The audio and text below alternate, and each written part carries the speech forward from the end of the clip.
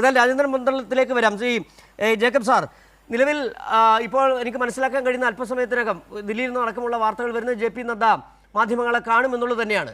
ഇവിടെ പ്രതിപക്ഷം ആവശ്യപ്പെട്ടിരുന്നത് കഴിഞ്ഞ ദിവസങ്ങളിലൊക്കെ അടക്കം ഇടതുപക്ഷ വിദ്യാർത്ഥി സംഘടനകൾ CJP അടക്കം പറഞ്ഞിരുന്നത് ചർച്ചയ്ക്ക് നിങ്ങൾ തയ്യാറാകുക, സോനം വാങ്ചുക്കിന് എഴുതി കൊടുത്ത ചില കാര്യങ്ങളുണ്ട്, ഈ മരിച്ച ആത്മഹത്യ ചെയ്ത കുഞ്ഞുങ്ങളുടെ കുടുംബങ്ങൾക്ക് നഷ്ടപരിഹാരം നൽകുക. എത്ര ദിവസം കഴിഞ്ഞു, ₹1 കൊടുക്കാൻ കഴിഞ്ഞിട്ടില്ല. വയനാട്ടിൽ മോദി വന്ന് പറഞ്ഞ് നമ്മൾ കണ്ടതാണ്, നമുക്ക് അനുഭവമുണ്ട്.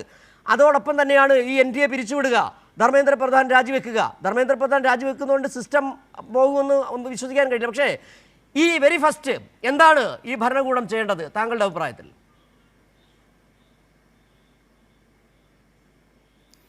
അതിനു മുമ്പ് ശ്രീ രാജേന്ദ്രൻ പറഞ്ഞ ഒരു കാര്യം അദ്ദേഹം മാത്രമല്ല, അത് പലരും പറഞ്ഞു നടക്കുന്നുണ്ട്. അതിൻ്റെ അകത്ത് ചില വാസ്തവമുണ്ട്. അതായത് ഈ പ്രക്ഷോഭകർ അവർ പോലീസുകാരെ ആക്രമിച്ചു, പോലീസ് വണ്ടി തല്ലി തകർക്കും. എൻ്റെ ഒരു തോന്നൽ, ഈ നമ്മൾ കാണുന്ന വിഷ്വൽസ് നമ്മൾ സൂക്ഷിച്ച് നോക്കിക്കഴിഞ്ഞാൽ ഇതിൻ്റെ ഇടയ്ക്ക് പോലീസ് ലാത്തിയും കൊടുത്തുവിട്ട ഗുണ്ടകളുണ്ട്.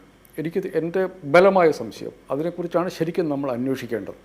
എൻ്റെ ബലമായ സംശയം എന്നുള്ളത്, ഈ ഗുണ്ടകളെ ഡൽഹി പോലീസോ RSS BJPയോ അത് റിക്രൂട്ട് ചെയ്ത് കുറേ പേരെ പോലീസിൻ്റെ കൂടെയും വിട്ട് കുറേ പേര് ഈ പ്രക്ഷോഭകരുടെ കൂടെയും വിട്ടിട്ടുണ്ട്. കാരണം CJPക്കാരെ സംബന്ധിച്ചിടത്തോളം അവർക്ക് ഈ അക്രമം നടത്തിയിട്ട് അവർക്കൊന്നും കിട്ടാനില്ല. അവർക്ക് ഇത് മാത്രമേ അവർ ആവർത്തിച്ച് പറഞ്ഞുകൊണ്ടിരുന്നു. ഇതെങ്ങനെയാണ് ഏതെങ്കിലും തരത്തിൽ ഇത് അക്രമത്തിലേക്ക് പോകുക എന്നുള്ളത് BJPയുടെ മാത്രം ആവശ്യമാണ്. അത് CJPയുടെ ആവശ്യമല്ല, അത് ഇടതു സംഘടനകളുടെ ആവശ്യമല്ല, അത് കോൺഗ്രസിൻ്റെ ആവശ്യമല്ല, അത് പ്രതിപക്ഷത്തിലുള്ള ഒരു രാഷ്ട്രീയ പാർട്ടിയുടെ ആവശ്യമല്ല ഏതെങ്കിലും തരത്തിൽ അക്രമം ഉണ്ടാവുക എന്നുള്ളത്. അതുകൊണ്ട് അതിനെക്കുറിച്ച് കർശനമായിട്ടുള്ള അന്വേഷണം നടത്തണം. ഞാൻ മനസ്സിലാക്കിയെടുത്തോളം 6 FIRകൾ ഇട്ടിട്ടുണ്ട്. പോലീസ് അന്വേഷിക്കട്ടെ, അതിൻ്റെ അകത്ത് ഈ ക്രിമിനൽ പണികൾ കണ്ടെത്തിയ ആളുകളെ കണ്ടെത്തട്ടെ, അവരെ നിയമത്തിന് മുമ്പിൽ കൊണ്ടുവരട്ടെ, അവരെ ശിക്ഷിക്കട്ടെ. പക്ഷെ അതിൻ്റെ അർത്ഥം നിരപരാധികളായ കുഞ്ഞുങ്ങളെ തല്ലി ഒതുക്കിയത് ഇത് വെച്ച് ബാലൻസ് ചെയ്യാം എന്ന് വിചാരിക്കരുത്. അതൊരു തോന്നിയാസമാണ്. പോലീസ് ഒരു യൂണിഫോംഡ് ഫോഴ്സാണ്. അവർക്ക് നിയമമുണ്ട്, അവർക്ക് കോടതിയുണ്ട്.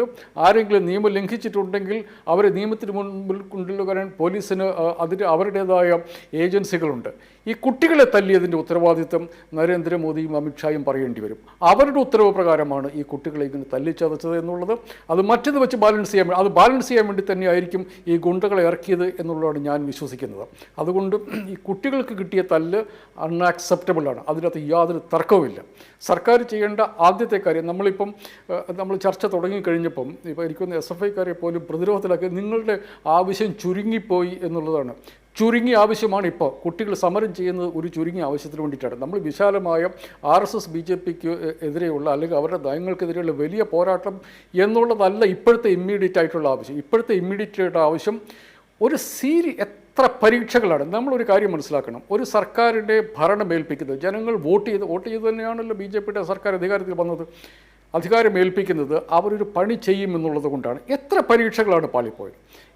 നീറ്റ് പരീക്ഷ മാത്രമല്ല, +2 കുട്ടികൾക്ക് CBSE കുട്ടികൾക്ക് അവരുടെ റീവാലുവേഷൻ, നമ്മുടെ നാട്ടിൽ +2 കുട്ടികൾ എഴുതിയ കുട്ടികളോട് ചോദിച്ചാൽ അറിയാം എന്തുമാത്രം പേരെയാണ് മുള്ളിൻ്റെ പുറത്ത് നിർത്തിയത്.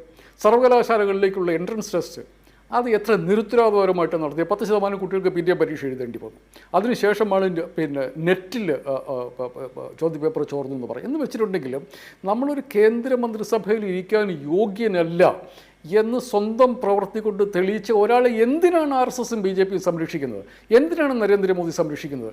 കുഞ്ഞുങ്ങൾക്ക് നഷ്ടപരിഹാരം കൊടുക്കണമെന്നുള്ള ഒരു പ്രധാനപ്പെട്ട കാര്യം, അത് അവരുടെ സങ്കടത്തിന് നമ്മൾ എത്തിപ്പെട്ടിരിക്കുന്ന അവസ്ഥയ്ക്ക് ഈ നേരത്തെ നിങ്ങളൊക്കെ പറഞ്ഞതുപോലെയുള്ള ഏതെങ്കിലും ഒരു എൻട്രൻസ് എക്സാമിനേഷൻ്റെ ചുറ്റിപ്പറ്റി ആകൃത കുട്ടികളിലേക്ക് ആ പ്രശ്നങ്ങളൊക്കെ നമുക്ക് ചർച്ച ചെയ്യാം. പക്ഷേ അവരെ ഈ ആത്മഹത്യയിലേക്ക് നയിച്ച, സ്വന്തം ഉത്തരവാദിത്വം നിറവേറ്റാൻ കഴിവില്ല എന്ന് തെളിയിച്ച ഒരു മന്ത്രിയെ എന്തിനാണ് ജനങ്ങളുടെ പുറത്ത് അടിച്ചേൽപ്പിക്കുന്നത് എന്നുള്ളതിനെക്കുറിച്ച് പ്രധാനമന്ത്രി നാട്ടുകാരോട് വിശദീകരിക്കാൻ പറ്റും. 2 കാര്യങ്ങൾ. നേരത്തെ ആയിരുന്നെങ്കിൽ ഒരു കാര്യം പറഞ്ഞാൽ മതി, എന്തുകൊണ്ട് ധർമ്മേന്ദ്ര പ്രധാനെ മന്ത്രിസഭയിൽ അവിടെ വെച്ചുകൊണ്ടിരിക്കുന്നു എന്നുള്ള കാര്യം. സ്വന്തം പണിയെടുക്കാൻ അറിയത്തില്ലാത്ത ഒരാളെ എന്തിനാണ് മന്ത്രിസഭയിൽ വെച്ചുകൊണ്ടിരിക്കുന്നത് എന്നുള്ള കാര്യം പറഞ്ഞാൽ മതിയായിരുന്നു.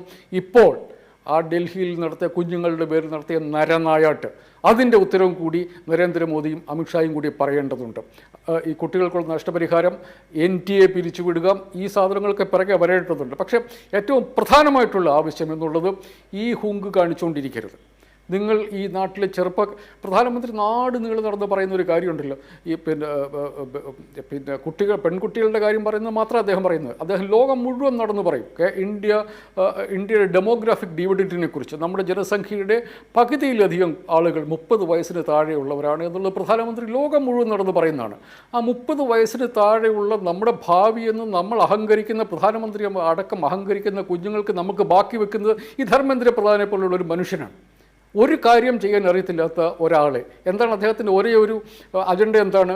ഹിന്ദുത്വ അജണ്ട കുത്തിക്കയറ്റുക. തമിഴ്നാടുകാർ എത്ര നാളായി അവർ ആവശ്യപ്പെട്ടുകൊണ്ടിരിക്കുന്നു ഈ ത്രിഭാഷ പദ്ധതി ഞങ്ങൾ എടുക്കില്ല എന്ന്. എന്താണ് നീറ്റ് വഴി ഇവർ ചെയ്യാൻ വേണ്ടി? എന്താണ് നമ്മുടെ ചരിത്ര പുസ്തകങ്ങൾ സംഭവിക്കുന്നത്? നമ്മുടെ ചരിത്രത്തിൻ്റെ ഒരു ഭാഗം ഇസ്ലാമിക ചരിത്രമാണ് എന്നുള്ളത് കൊണ്ട് മാറ്റിവെക്കുക. ഇങ്ങനെയും ഹിന്ദുത്വ വർഗീയതയ്ക്ക് ആവശ്യമായിട്ടുള്ള കാര്യങ്ങൾ ചെയ്തു കൊടുക്കുന്ന ഒരു ഏജൻ്റായിട്ട് നമ്മുടെ രാജ്യത്തിൻ്റെ വിദ്യാഭ്യാസ മന്ത്രി മാറി. അദ്ദേഹം അക്കാര്യം മാത്രം ചെയ്യുന്നു. അദ്ദേഹത്തിന് നമ്മുടെ കുട്ടികളുടെ കാര്യത്തിൽ, അവരുടെ വിദ്യാഭ്യാസത്തിൻ്റെ കാര്യത്തിൽ യാതൊരു താല്പര്യവുമില്ല. അദ്ദേഹം കാണിച്ച പണിയുടെ ഭാഗമായി നാട്ടിൽ പ്രതീക്ഷകളായിരുന്ന 20-ലധികം കുട്ടികൾ ആത്മഹത്യ ചെയ്തിട്ട് അയാളെ പിന്നെയും വെച്ചുകൊണ്ടിരിക്കുന്നതിൻ്റെ ലോജിക്ക് ഈ നാട്ടിലെ മനുഷ്യരോട് പറയാൻ പ്രധാനമന്ത്രി തയ്യാറാകണം. അതാണ് ഏറ്റവും പ്രധാനപ്പെട്ട കാര്യം. നമ്മൾ ബാക്കിയുള്ള കാര്യങ്ങളൊക്കെ ഉണ്ട്, അതില്ല എന്നല്ല ഞാൻ പറയുന്നത്. NTA എന്തുകൊണ്ടൊരു ഫെയിൽഡ് ഏജൻസിയായി, എന്തുകൊണ്ട് നമ്മൾ എൻട്രൻസ് എക്സാമിനേഷനുകളും 1-2 പ്രൊഫഷനുകളും മാത്രമേ നമ്മുടെ കുഞ്ഞുങ്ങളുടെ ചിന്ത മാറുന്നു? അതൊക്കെ ലാർജറായിട്ടുള്ള പ്രശ്നമാണ്. അത് ഇന്നോ നാളെ പരിഹാരം ഉണ്ടാകുന്നൊരു പ്രശ്നമല്ല. അതൊരു രാജ്യത്തിൻ്റെ രാഷ്ട്രീയം, സാമ്പത്തികം, അടിസ്ഥാനപരമായിട്ട് മൂല്യങ്ങൾ ഇതുമായിട്ടൊക്കെ ബന്ധപ്പെട്ട് കിടക്കുന്ന കാര്യങ്ങളാണ്. പക്ഷേ ഇപ്പം നമ്മൾക്ക് വേണ്ടത് ഈ കുട്ടികളോട് ക്രിമിനൽ പണി കാണിച്ച കേന്ദ്ര ആഭ്യന്തരമന്ത്രിയും പ്രധാനമന്ത്രിയും ഈ കാര്യത്തിന് മറുപടി പറയണം. ഈ പരീക്ഷകൾ ഇങ്ങനെ അന്തം വിട്ട രീതിയിൽ അലമ്പാക്കി കളഞ്ഞ കേന്ദ്രത്തിലെ വിദ്യാഭ്യാസ മന്ത്രി രാജിവെക്കണം. ഇത് രണ്ട് ഇമ്മീഡിയറ്റ് ആയിട്ടുള്ള കാര്യങ്ങളാണ്. പിന്നെയുള്ള കാര്യങ്ങൾ വരട്ടെ, അത് ഒരു രാജ്യം ചർച്ച ചെയ്യേണ്ട വിഷയമാണ്. ഒട്ടും കുറച്ച് കാണിക്കില്ല. പക്ഷേ എല്ലാ സമരങ്ങൾക്കും ഇമ്മീഡിയറ്റ് ആയിട്ടുള്ള ചില ലക്ഷ്യങ്ങളുണ്ട്. അതാണിത്.